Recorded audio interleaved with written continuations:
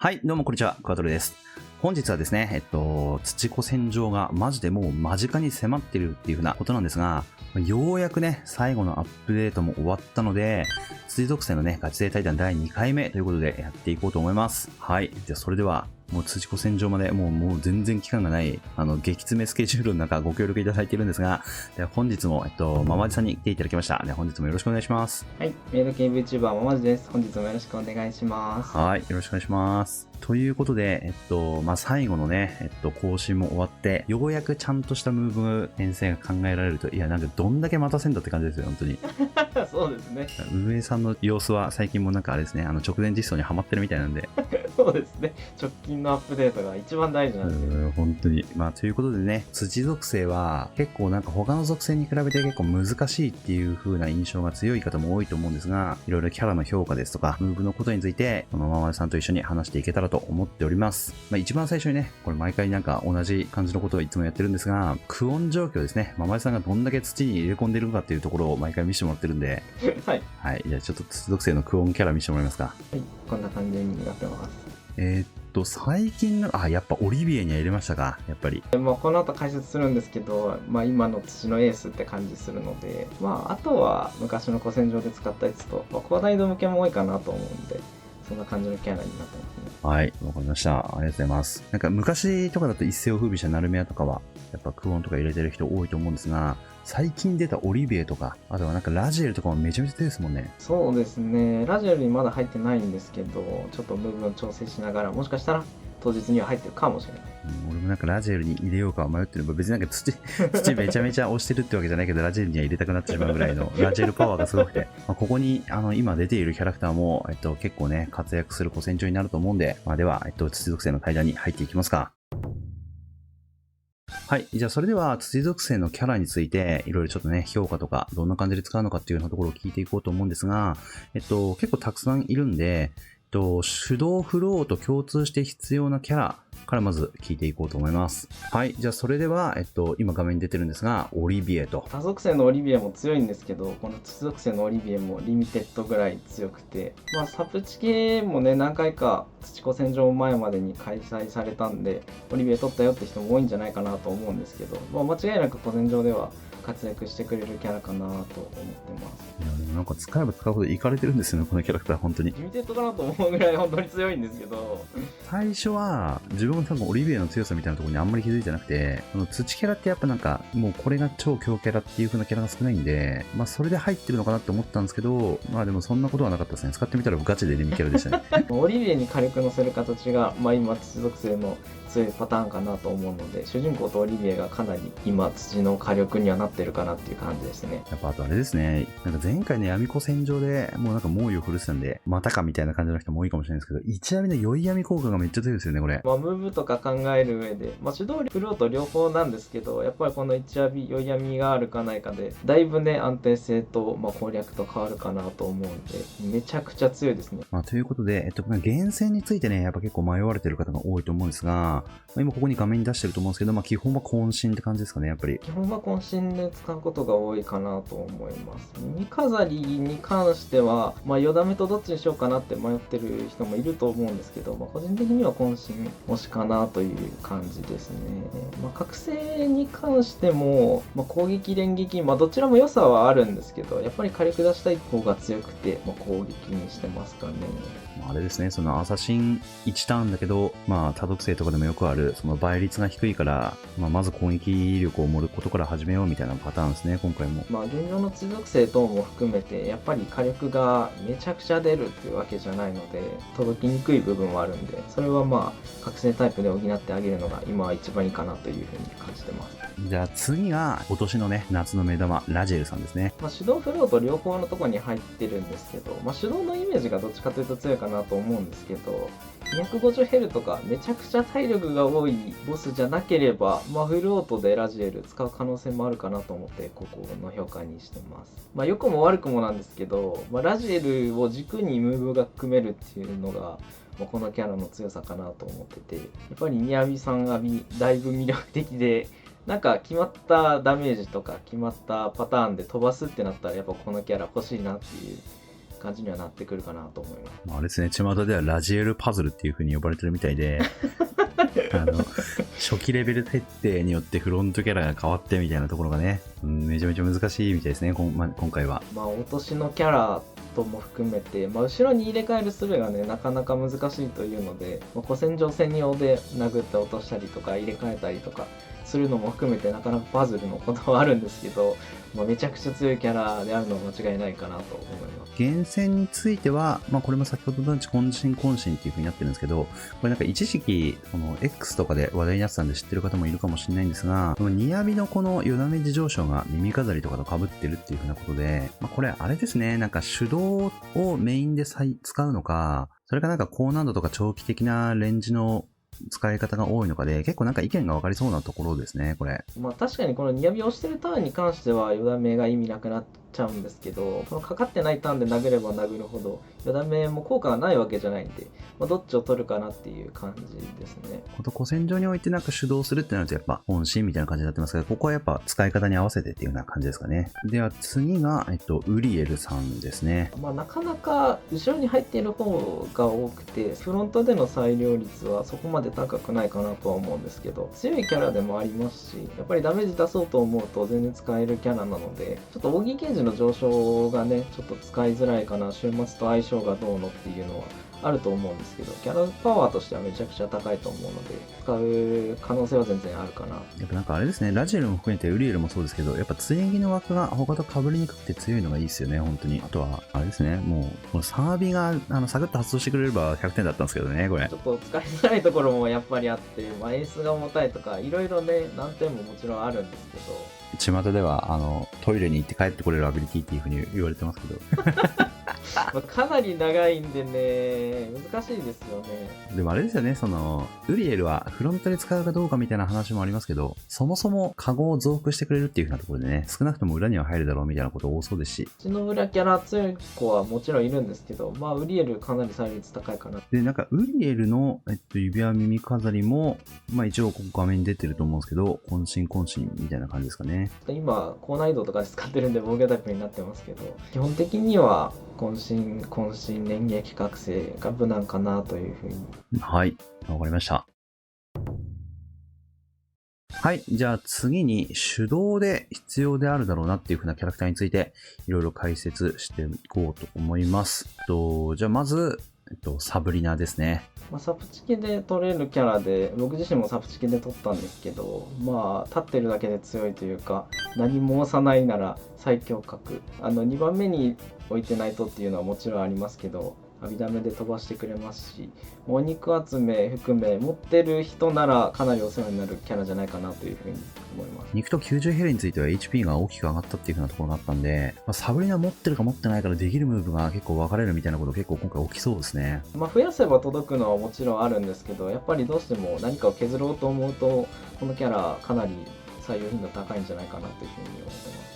厳選に関しては短期でデバフなしで殴るっていう風になると、やっぱこんな感じの攻撃渾身みたいな感じですかね。連撃ももちろん強いんですけど、やっぱり、まあ、サブリナ自体ね、防御弾入れれますけど、やっぱり何もないところで殴るケースの方が多くて、渾身は、まあ、サブリナ自身フルパワーで活かせるので、渾身がいいかなというふうに思ってます。はい。わかりました。ありがとうございます。じゃあ次がハロウィンククル。なかなかね、ハロウィンククル自体めちゃくちゃ強いキャラではあったんですけど、古戦場のために使うと言われて、なかなかね、使うではなかったんですけど、ようやくまあ武器の水準と、まあ、チーク探検含めね、火力が上がったという意味も含めて、まあ、採用に至るキャラになったかなというふうに思ってます。他の属性もそうですけど、やっぱランタゲさんヒットってマジで腐んないですね。まあ、ハロククル自体ね、ちょっとアビ押しにくいとか、いろいろデメリットもあるっちゃあるんですけど、まあ、ランタゲがちょっと強すぎて。永遠に入ってくるかもしれないから、本当に。まあ、やっぱりククルと言ったらやっぱヨダメとかですかね、やっぱり。キャラ自身の攻撃力というのももちろん大事なんですけど、やっぱりヨダメと、まあ、上限追撃何個もれるか、どんだけダメージ出せるかっていう話になってくると思うので、ククルはぜひヨダメつけてあげたいなという気持ちはありますね。はい。では次が、ハロウィンダーントと、いや、このキャラ持ってるか持ってないかで、なんか相当、なんか分かれそうな気がするんですけど、さすがお持ちだと。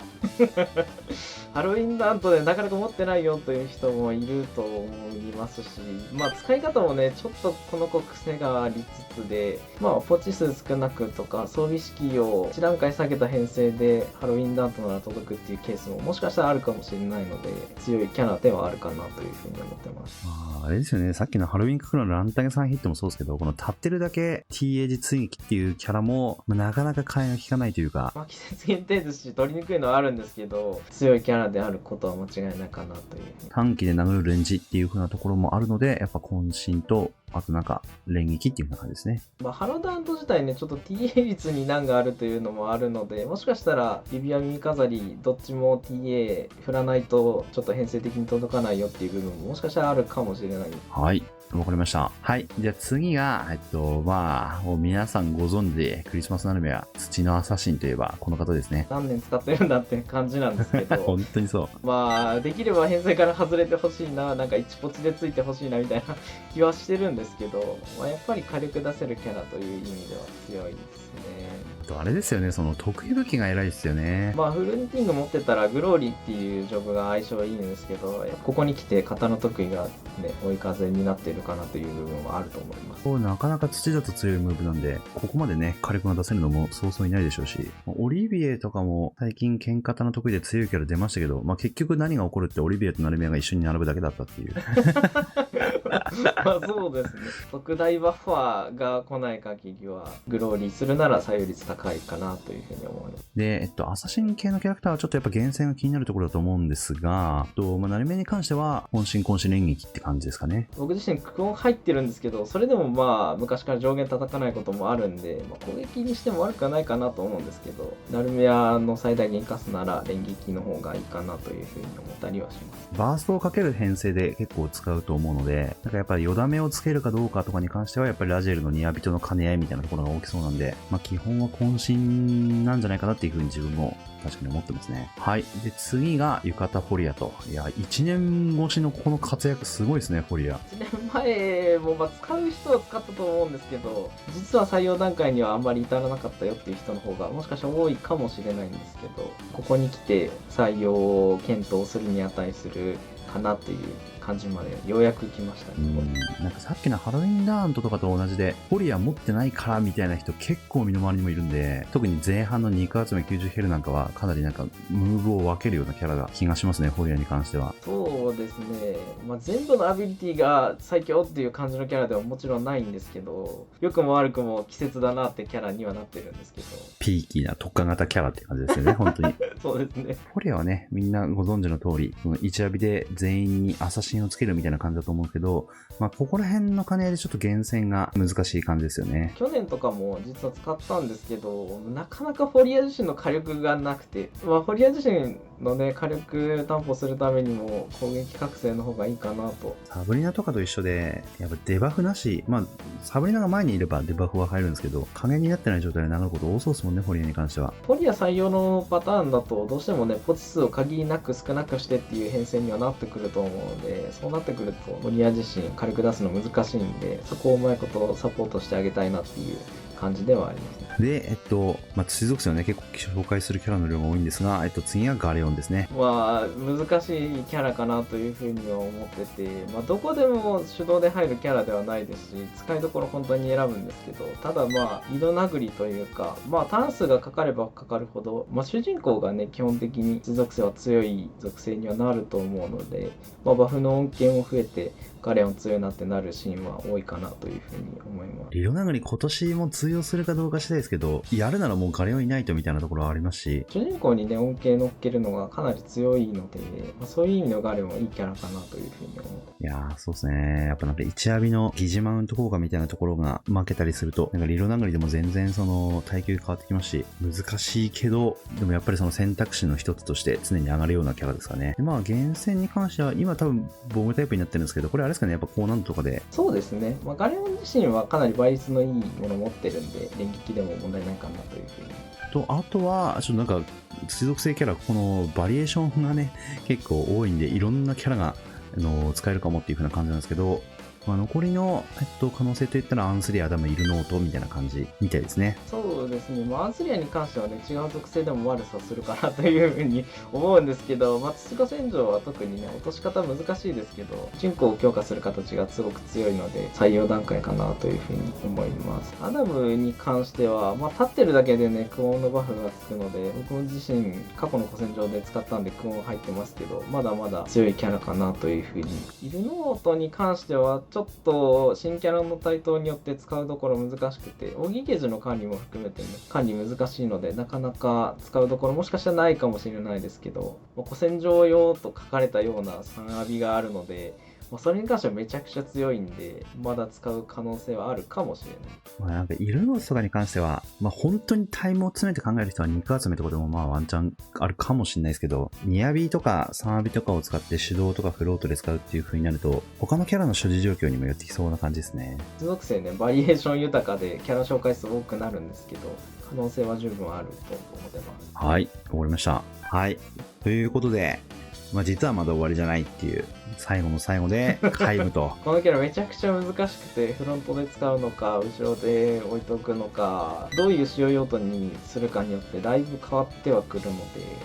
そうですね。基本的に皆無を使う人の大部分は、後ろでハイランダー編成をするみたいな人が多分ほとんどだと思うんですけど、今回の土属性を結構ガチでやってるみたいな感じの温度感で考えると、ハイランダーを卒業して、もうなんかフロント採用もワンチャンみたいな感じのキャラだと思うんで、ただ、皆無も皆無でポチの順番とか、1アビの兼ね合いとかでめちゃめちゃ難しいですもんね。普段なかなか使い慣れてないと、戦場で使うの難しいかな。その順番を一つ間違えただけで、ムーブの根幹が崩壊する可能性はあるので、石の順番もね、黒キリンとか上がってくると余計難しくなるので。手動ムーブとかで皆無入れた編成とかも考えたりしてたんですけど、これでも1アビを打った後に、そのアビリティ打ち間違えたりすると、それでムーブ崩壊しますし、皆無が出てきた後に、半アビを変化させる。大体ダメアビから入ると思うんですけど、アビポチ間違えてダメアビ以外のアビから入ると、なんか変な方向に変形しちゃって、もうそれで取り返しつかない感じになるんで、マジでやばい、本当に。頭破壊されますよ、皆無に。皆無くんね、ターンスキップ使うこともあって、他のキャラのアビリティの兼ね合いとかも考えると、より難しくなったり、ムーブ考えるの自体は楽しいかもしれないですけど、実際やるときに、あーってなる可能性はめちゃくちゃあるから。いやー、そうですね。皆無によって何撤退させられるかわからん高戦場になりそう、本当に。皆無としては、なんかフロントでもし使うっていう風になったら、4アビのビートダウン使ってアサシンみたいな使い方もできると思うんですけど、やっぱ皆無結構なんか厳選と、あと、クオンの有無とかも結構気になるところではありますね。皆無自身めちゃくちゃ強いじゃ強いんですけど、やっぱアサシン乗せて殴るってなると、上限届かせたいなというので攻撃のせいとしてはありますし、ただ皆無の攻撃アビですね、この3アビの攻撃をめちゃくちゃ回数押すならやっぱり連撃覚醒で通常ダメ上げたいなというのは結構あるかなというふうに思います。これなんか実際にやっぱ使っててもなんか、未だに自分も攻撃がいいのか連撃がいいのかよくわかってないんで、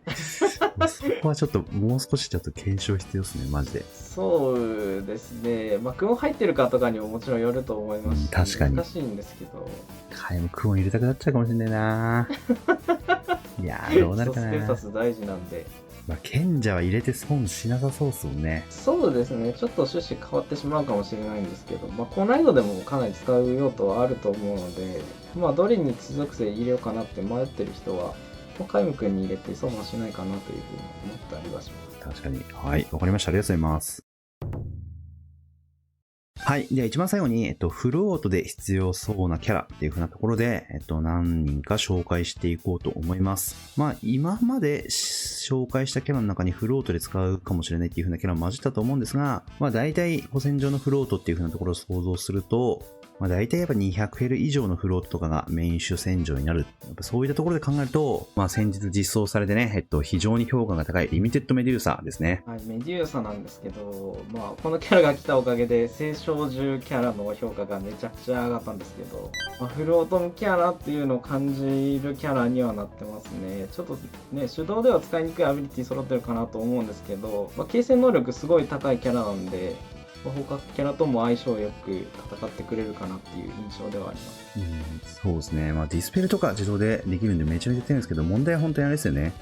低少獣キャラ以外ちょっと入れづらいっていう風な。良くも悪くもね、低少獣キャラで、染めるぐらいの勢いで入れたいなっていうので、ちょっとパーティー選ぶかもしれないんですけど、めちゃめちゃ強いキャラです。これ採集されたブローディアはやっぱ可能性感じそうですか、やっぱり。もともとブローディアは扇寄りでも通常寄りでもなくてどうかなというキャラではあったんですけど、扇にちょっと寄ってくれたおかげで強くなったかなというふうに思います。なんかあれですね、TL とかを見てると、なんか皆さんの反応としてはあんまりいい評価をもらってないような感じがするんですけど、なんかゴブロの強みみたいなところってどんな感じだっていう風に考えてます？全体的にめちゃくちゃ硬くなったというのはあって、アビリティの回転率とかもともとそんなに良くなくて、今もめちゃくちゃいいってわけじゃないんですけど、扇に寄せてあげれさえすればかなりいい感じでもあるかなというのと、2アビとか、1アビの防御アップもそうですけど、結構な効果量で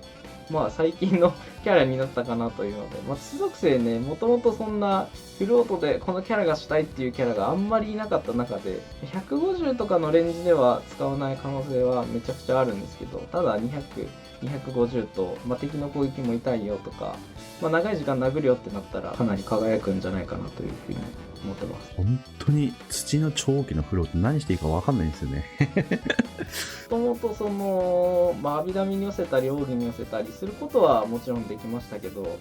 何かに対策するとかいう感じは全くなかったので、ちょうどよくね、ゴブロディスペルも持ってるし、弱体耐性アップも持ってるし、器用な子かなというので、マグナでも神石でも使いやすくていいキャラかなというふうに思います。はい。じゃあ次がアルルメイヤと、このキャラも相当古参ですけど、だいぶ昔と印象が変わったキャラですね、このキャラも。そうですね。火力自体は本当にそこまで突出してあるってわけじゃないんですけど、安定感がすごくて、かなりね、アルルメイヤいるだけで硬くなったりとか、あと防御寄りに寄せるとどうしてもね、連撃が心配になったりとかするケースが多いと思うんですけど、アルルメイヤの4アビね、発動すればするほど、かなり連撃もサポートしてくれますし、外せないキャラなんじゃないかと思うぐらいアルルメイヤめちゃめちゃ強いですね。やっぱあれですね、なんか持ってる人結構多そうですもんね、アルルメイヤは。今の高難易度でも連れていける子ですし、キャラ検討する際には使ってみて入れてほしいなっていう感じはします。はい。で、次がもうみんな大好きサティロス。扇系に寄せるならサティロス入ってほしいなっていう感じではあるんですけど、登場のキャラではあるんですけど、めちゃくちゃ硬くなるし、扇ずっと打ってればね、実質デメリットないんで、超強いキャラかなというふうに思います。最近の古戦場ディスペルがマジでめちゃめちゃ要求されるんで、そのディスペル発動もかなり偉いですよね、本当に。なかなかね、バフ剥がさないとダメージ通らないっていうことが結構あるので、扇ダメージね、それこそ単発なんで、ダメージ通らないと討伐時間もすごく長くなっちゃうんで、大事なディスペル持ちのキャラかなというふうに思います。はい、ありがとうございます。じゃあ、フロートで使うキャラに関しても、大体こんな感じですかね。それでは、ここからね、古戦場で実際に使用予定の編成っていう風なところでいろいろ見せてもらおうと思います。じゃあまず一番最初に肉集めですね。スマヒヒトが実装されて結構 SNS でも話題になってたと思うんですが、そうですね。かなり編成が更新されたっていう風なことでしたよね、確か。そうですね。このムーブ自体もリスナー様から教えていただいたムーブにはなるんですけど、スマヒヒトのおかげで通るようになりました。はい。ということで、じゃあ実際の動きを見せていただけますか。エンドがティターンやります。で、なんと、ツープラトンのみで届きます。いい。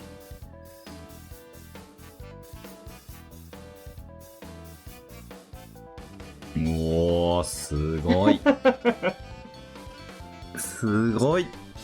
ツーブラのいったか、とうとう土。そうですね。当初は絶対無理やろうなと思ってたんですけど、なんと届いちゃいました。いやー、そうですよね。しかもなんかあれですね、キャラが本来想定してたようなキャラと全く別でククルとかペンギンに戻ってきたっていうね。フィオリトとかオーキスとかいろんな形あると思うんですけど、最終的に届いたのはこの形になりましたね。はい。では、ちょっと実際の武器編成とか見せてもらえますか。はい。で、武器編成がね、まさかのハイランダーとここに来て。僕も見た時びっくりしたんですけど、ここに来てハイランダーになりました。でもこれなんか確かに自分も一番最初知った時に思ったんですけど、去年も肉集めの最適解みたいな確かハイランダーでしたよね。そうなんですよね。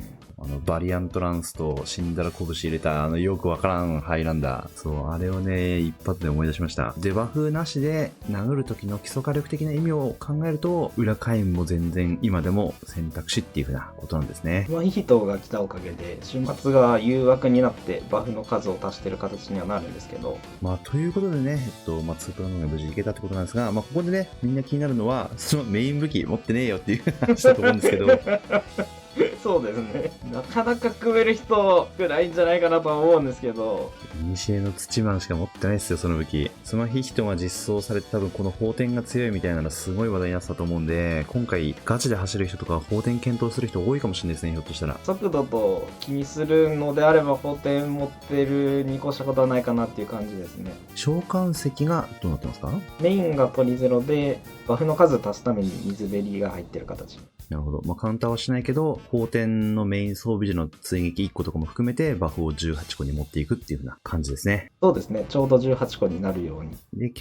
フロントキャラがそんな感じでしたけど、裏がウリエル・カイムと。エッセルとか、今まで入れられてたものが入れられなくなっちゃってるんですが、今回雫4倍なんでね、2プラと1文字2プラだったらもう全然違いますもんね。もちろんドロップ量とかもあると思うんですけど、やっぱり速度もめちゃくちゃ重要ではあるので、周回数でカバーできると思えば、めちゃくちゃ2プラのみの方が効率はいいかな。で、これなんですが、ペンギーとククルが TA 確定してるのはわかるんですけど、ラジエルの連撃ってどういう風にして確定にしてます？ラジエルは、詳しい武器の連撃率は画像を載っけといてもらうようにしたいと思うんですけど、ラジエルだけ指輪で 5% 指輪耳飾りで持ってあげれば、全員 TA が確定する形の編成になる。あれなんですね、マムさん、アビダメ TA で届いてるんですね、これ。そうですね、本当は渾身 TA がいいかなと思うんですけど。でも届いてれば全然問題ないですもんね。これもクオンの力なのかもしれない、ひょっとしたら。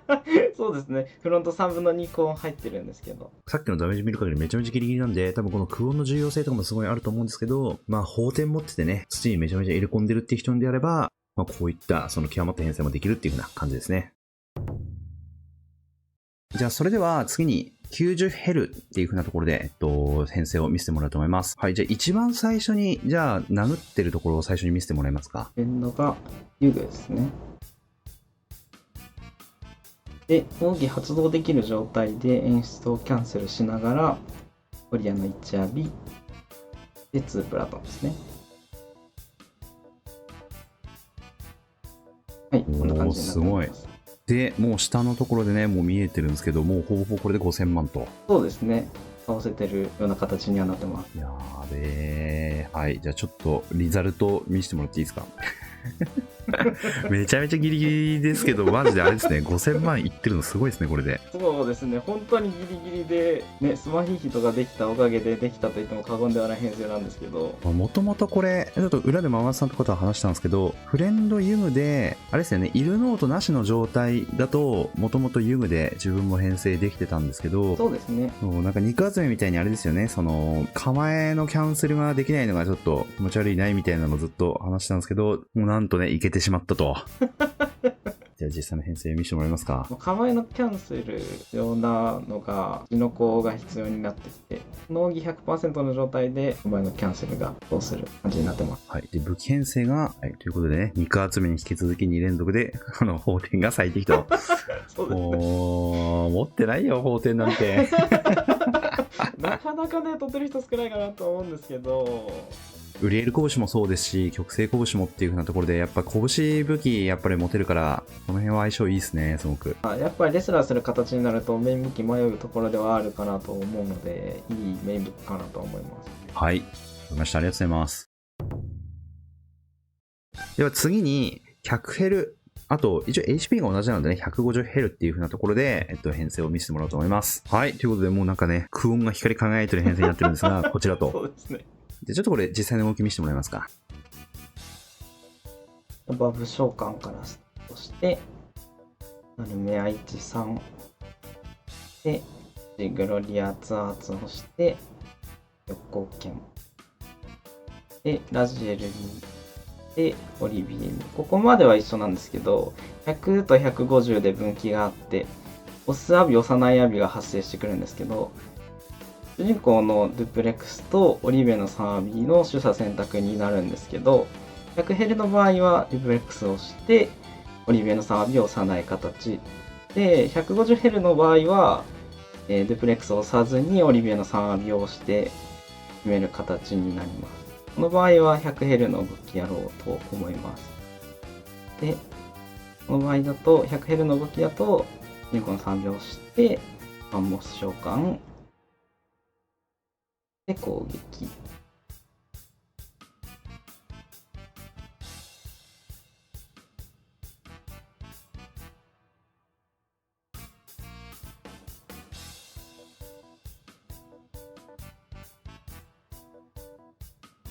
52% 着地。まあちょっと、ワムだと 100Hz よりもちょっと防御値が高いんですが、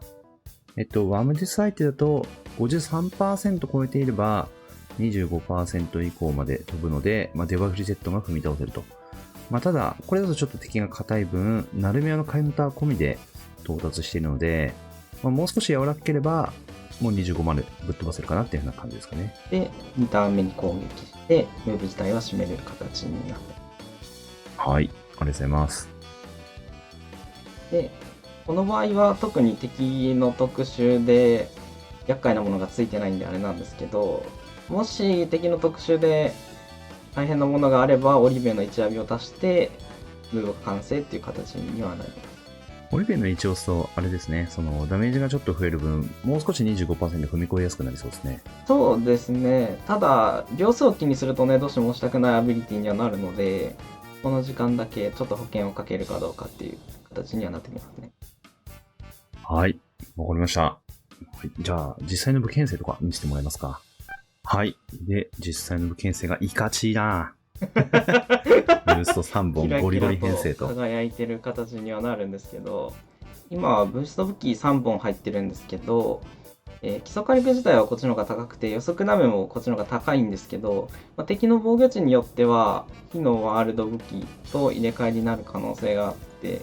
なので 100Hz に関してはこっちの武器の方がダメージがより通りやすくなる可能性が今のところ高いかなというふうに思います。ここはね、自分もいろいろ検証してたんですが、ツイッターで自分も出してたんですけど、ワムデスを殴ってるぐらいであれば、ほぼほぼ同じだったんですけど、ワールド武器の方が若干ダメージですよね。若干。そう。若干、もうほんと数十ぐらい。ただ、ワムデスは実際防御値18なので、これが防御値20とかになったりすると、やっぱりその基礎火力優先になって、ブースト3本目が強い可能性が、なきにしもあらずみたいな感じですかね、これは。もちろんクオンとかオメガの乗っかり方具合とかにもよるとは思いますけど、自分はその防御値調整していろいろ流れ比べたりしてきたんですけど、予測ダメージの通りかなっていう風な感じがしましたね、自分も。ただここら辺に関しては、例えばダンバフが効いてきたら上限が高い分こっちの方が強いとか、多分いろいろあると思う。そのクオンによっても変わるかもしれないし、でさっきのすごいギリギリのところでトリガーを超えるっていう風になってくると、週末そもそも250にして水着マンドラゴラも全部持ってないと、そもそも同じ動きができないみたいな始まるんで。そうですね。引きもかなりね、高くなってると思うんですけど。そうなると最初からオリビエ一応した方が安牌みたいな可能性もそっちもあるんで、結構難しいですけど、ここの3本目と2本目の差っていう風なところは、微妙に現れる可能性があるかもしれないですね、本番。はい。で、召喚石どうなってました？召喚石はこんな感じになってます。これに関してはもういつものって感じですね。入れたい石はいっぱいあるんですけど、召喚の関係で、まだマンドラゴラ入るんかいっていう感じではあるんですけど。この効果が結構響いてて、なかなかムでムーブがちょっと変わったりする可能性は全然あるかなと思います。はい。わかりました。ありがとうございます。それでは次に 200Hz 手動についてムーブを見せてもらおうと思います。はい。それではじゃあ実際のムーブから見せていただきますか。はい。戦闘スタート。で、3ターン目のムーブになるんですけど、1ターン目はキャラ落としと準備の時間で、最低限のアビリティだけ打って、2人のキャラを落とす感じになります。で、アマブレ打って、ラジエルの1打って、キャラ落としのために通常攻撃っていう感じになります。で、後々解説するんですけど、属性かつキャラの HP、2000、3000、ぐらいの HP やと本番でも落ちる想定になってると思います。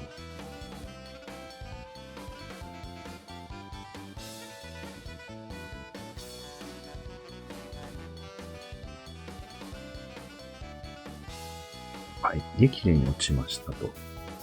で、カイム君が出てきてて、ここからカイム君の変換も絡むんですけど、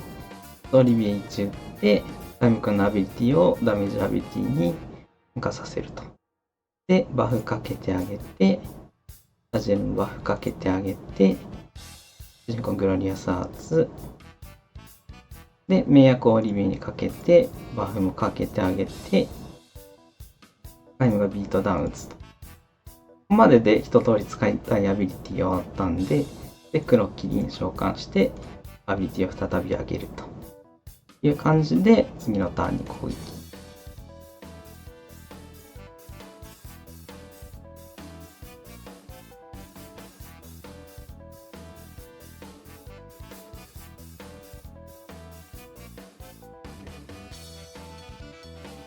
はい。で、3ターン目締めのターンなんですけど、ここからバースト用で、バブ召喚して、で、マンモス召喚して、で、オリビの2の2回目打ってあげて、1回目4の1打って、攻撃して、このアビリティもコピーで、主人公の曲を、グレリアスからですね、曲を、で、リビエの3打って、ここでプラムが10になって溜まる形になって、ラジエルにアビでバフかけて、で、ラジエルのバースト。いや、このアサシン状態のラジエルさんめちゃめちゃ気持ちいいんですよね。とんでもないダメージ出てますけど、これね。で、ラスト締めで攻撃。すごい火力が。この時点でもうクオン入ってるから全然ダメージが違う。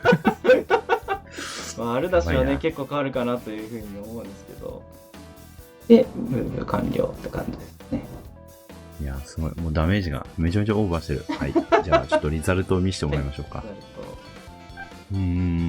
うかなり余裕ありますね、ダメージとしては。そうですね、ダメージとしてはかなり余裕あるんで、ちょっとトリガーの対策含めっていう感じではありますけど、まあ、通るは通ると思います。編成がこんな感じになってます。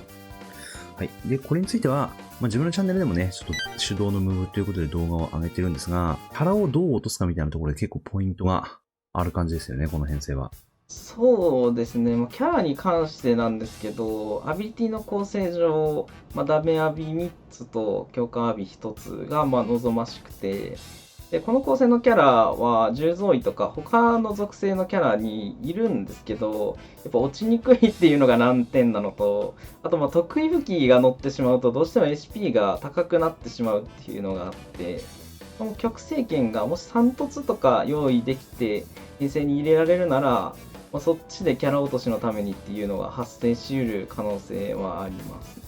そうなんですよね。その、重増位とか得意武器が乗ると HP が15000以上とかになっちゃうんですね。そうすると、単突極性剣がないと多分一撃で落ちないんで、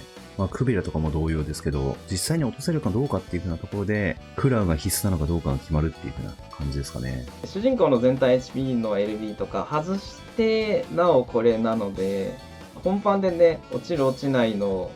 ギャンブルちょっと嫌かなというので、ちょっと編成の HP もちょっと難しいかなというところではあるんですけど、臨機応変に変える必要はもしかしたらあるかもしれないですね。あと補足なんですけど、週末が今これ通常上限になってるんですけど、アビ上限で本番臨むと、オリビエの1アビの弱体成功にも絡んでくるんで、そこだけちょっと注意してもらえたらなと思います。はい、じゃあ、召喚石次見せてもらえますか。いや、でもこれ3ターンムーブだからマンドラゴラがフルで活用できるのがめちゃめちゃ美味しいですね。余分なくマンドラゴラが活躍できるギリギリのターンで締まるのは綺麗かなと思います。多分、綺麗に締まると思うので、敵のトリガー対策もありますし、よほどのことがない限りは、綺麗に着地するという意味ではいい編成なのかなというふうに思います。で、ムーブの補足なんですけど、今さっきリザルト見てもらったら、ダメージ余剰で出てて、で、主人公のツンマービなんですけど、白の名役はあくまでダメージ補完というか、バフになるので、ここはちょっと変えれるポイントかなと。なので、ここをダメ浴びにすると、落としキャラにもバリエーションができるので、で、今手持ちのダメージ出すキャラ、ラジエルとオリビエ、カイムが全部クオンになってるので、まあそこに関してはちょっとそれぞれでダメージ検証してもらうしかないかなと思うんですけど、今手持ちの環境だとダメージ感はそんな感じになってます。名薬使わなくてよければ、名薬の代わりに極光剣打って強化アビ貯めてですね、フラウのところがマギサとかリミシバとかでも一応アビリティとしては足りるようになると思うんで、フラウどうしても用意できない人とかそこですかね。そしたら。はい。わかりました。ありがとうございます。はい。で、一番最後にね、250ヘル想定っていう風なところで見ていこうと思うんですが、250に関してはね、皆さんご存知の通り、まだ HP もわからんと、貢献度もわからんっていう風なことなので、あくまでちょっとね、二人で考えてて、これだったらいいんじゃないっていうので、考えてる限りになるんですけど、お試し編成っていうようなことで今回ちょっとムーブをね、動画で見せていこうと思います。キャラがこんな感じですね。出ました、ルナと。そうですね。いつまで使うねんって感じですけど。もうなんかルナ見た時点でもうなんか前回の闇子戦場を目指す人多そう。ちょっと難しいムーブにはなるんですけど。実際のちょっと動き見せてもらえますか。はい。ということで、これが始まってるんですが、ムーブが非常に難しいので、これから呪文が始まりますね。そうですね。ほぼ呪文になってますけど。で、で落とす。で、後ろからキャラ出てきて、ルナちゃんも落としちゃう。お風呂でトリガー開けて、オリビエでタイマーに変えて、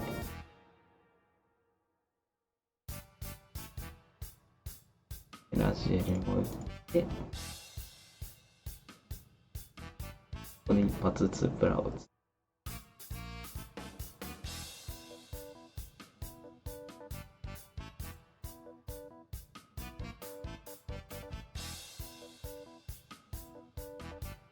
関数もかかりますし、結構ね、複雑にはなってるんですけど。いやー。大変っすよ。こんなん、管理もあるの。そうですね。こんなんすぐできたらすごいですけどね。そうですね。正直なんか、これ本当に自分本番でできるかなっていうの相当怪しいですね。間違えずにできるかなっていう。はい。で、4ターンなんで、ここでファイティングソンが上がると。そうですね。どうでしょうか。2人の攻撃させてあげて、する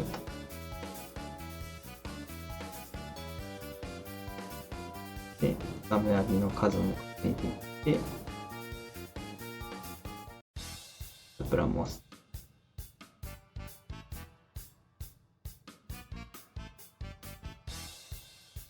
で、2プラをしたところでクロッキー。で、アビリティが全部返す。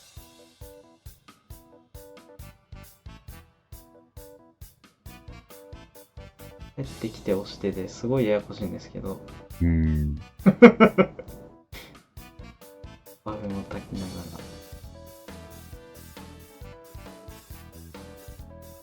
ら。なおかつダブルディールもするという。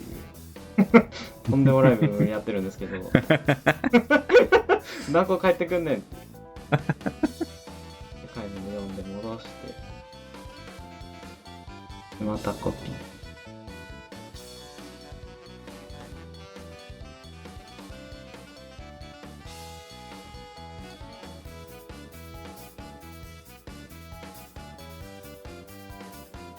エクストラターンもこれ2回使えるのが結構でかいですね。そうですね。それであとプラムが10になると。ラジオプラムが10になったところで、ラジオにやび。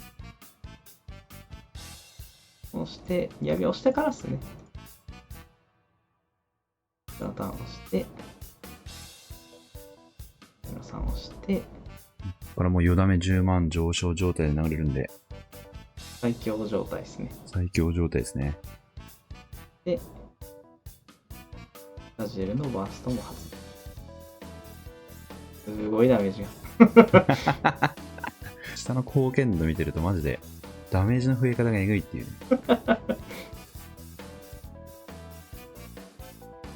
で、2プラ。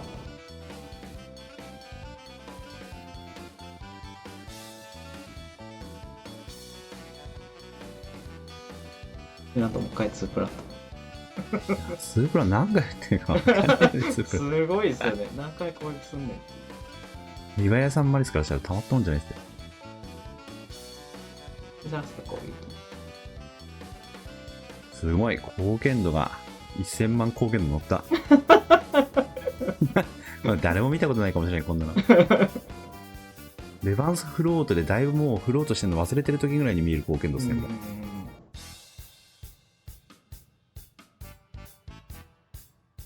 ということで、なんともう、固定ムーブするだけでもリヴァイアさんマリスも討伐寸前までいくと。ほとんど残ってないんですけど。これあれですね、日課でおすすめですね、これ。そうですね。まだオセラービやったらもう。ありがとうございます。じゃあリザルトちょっと見せてもらえますか。はい。はい。ということで、もう10億近いダメージが出てる。やばい。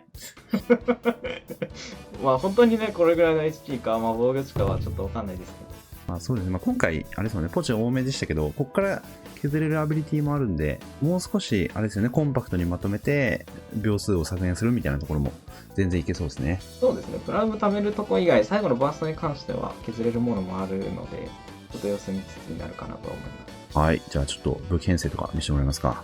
はい。で、ここでも本店。そうレスラーを使うと、法典がね、結構強くはなるんですけどね。いやー、これあれなんです。自分は法典なしで試したんですけど、法典ありだと、同じムーブしてでも4、5000万違うんですよね。いかれてるよ、この法典っていう武器。まあ、攻撃ね、めちゃくちゃするので、2プラもめっちゃ打ちますし。今回なんと、法典使ったの3回というね、終わっているかもしれません。はい。じゃあちょっと召喚石見せてもらえますか。ゴブロと、まあ、この回数に網ダメが出るのも結構でかくて、いい召喚石にはなってるんですけど。あれですよね、上振れパチンコ狙いとかだったら水着ベリアルで追撃引いてどうかとかもなくはないとは思うんですけど、実際にダメージがどのぐらい出て、ポジがどのぐらい削減できるか次第で天秤にかけるみたいな。部外のならそっちでもいいかなとは思いますけど。まあ正直、こんなムーブ手慣れた感じでできるわけもなく、もうなんか手探りの状態で今ムーブ解説していたんですが、めちゃめちゃ難しいけど、250Hz の貢献度次第では実用性があるかなみたいな感じですね。そうですね、貢献度割合的にね、美味しい可能性も全然あるので。なんか 150Hz と 200Hz の比率みたいな感じで3倍とかあったら、結構ゆっくりめにやっても 200Hz よりもこっちの方が早いとか全然あり得るんで、実際の敵を見て10億以下の HP だったら、このムーブのことちょっと思い出してくれるといいかなみたいな感じですかね。そうですね。はい、いかがでしたでしょうか。はい、ということで今回はね、出力性活性対談という風なことで、戦場も新シーズンっていうことで、かなりなんかムーブとか紹介するものの量が増えたと思うんですが、まあ、今回はね、ママさん来ていただいてありがとうございました。ありがとうございました。でも今回はね、ちょっとなんかムーブに関しては、まあ、なんか自分も考えるところとかもいっぱいあったんですが、もうママ味さんの手持ちが最強すぎて、もう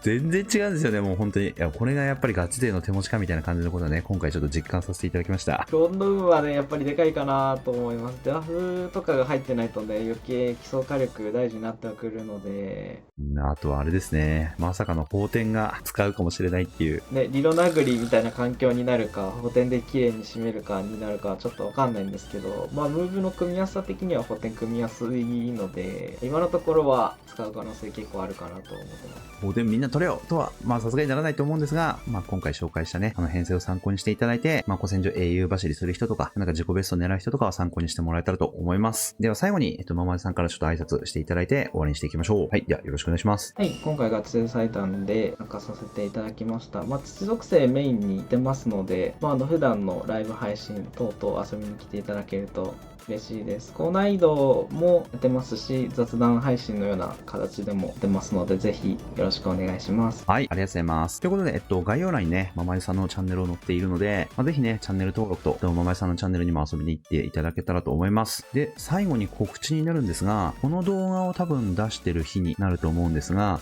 9月5日、夜23時から何でも質問ライブですね。いつもガチ勢対談の時にやってるものなんですが、こちらをママアジさんのチャンネルで今回行おうと思っています。なので、もしね、水属性の環境のことについてなんかいろいろ聞きたい人とか、こういう編成、武器とかどんな感じですかっていう風な相談に乗ってほしい人とかは、ぜひね、ママアジさんのチャンネルのライブ配信にもお越しください。はい、よろしくお願いします。では今回のね、ガチ勢対談こんな感じで終わりにしていこうと思います。よろしければ私、クワトロのチャンネルもチャンネル登録と高評価していただけると嬉しいです。はい、最後までご視聴いただきありがとうございます。次の動画でお会いしましょう。